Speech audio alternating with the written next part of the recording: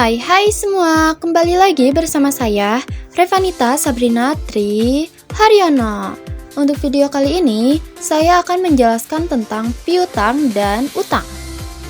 Nah, yang pertama, piutang atau yang biasa disebut account receivable.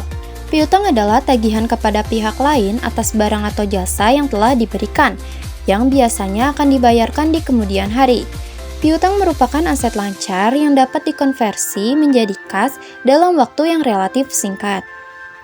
Nah, di sini ada ciri-ciri piutang. Yang pertama, punya tanggal jatuh tempo, yang kedua, dapat memiliki bunga, dan yang ketiga, memiliki konsekuensi telat pembayaran. Adapun jenis-jenis piutang. Yang pertama, piutang usaha atau dagang. Yang kedua, piutang wesel, yang ketiga, piutang lain-lain. Nah, di sini ada pengertian utang atau yang biasa disebut account payable. Jadi, utang atau pinjaman adalah tanggungan wajib yang harus dibayar karena adanya transaksi pembelian suatu barang atau jasa secara kredit dan harus dibayar dalam jangka waktu tertentu. Lalu, utang juga mempunyai jenis-jenis berdasarkan jangka waktu. Yang pertama, utang jangka pendek. Sumber yang biasa digunakan oleh perusahaan untuk membayar utang jangka pendek yang pertama itu utang dagang, utang pajak, utang biaya, dan utang wesel. Yang kedua, utang jangka waktu menengah.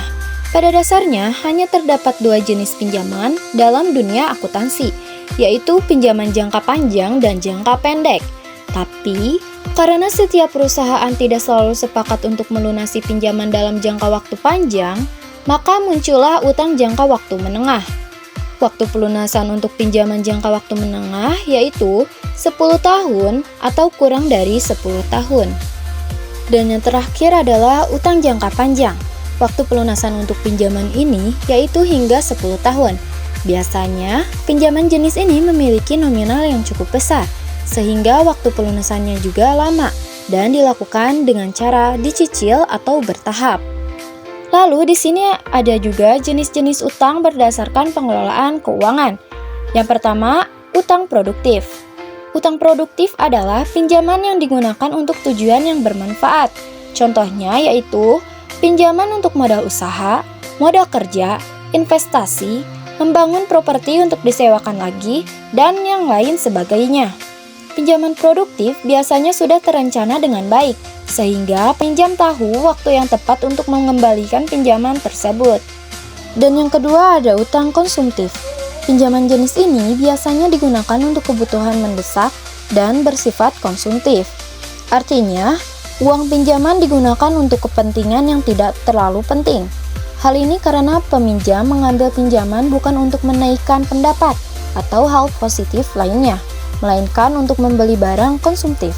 Contohnya adalah mobil, perabotan, sepeda motor, dan lainnya. Membeli barang seperti itu dengan cara berhutang tidaklah benar, karena barang-barang tersebut akan mengalami penyusutan nilai.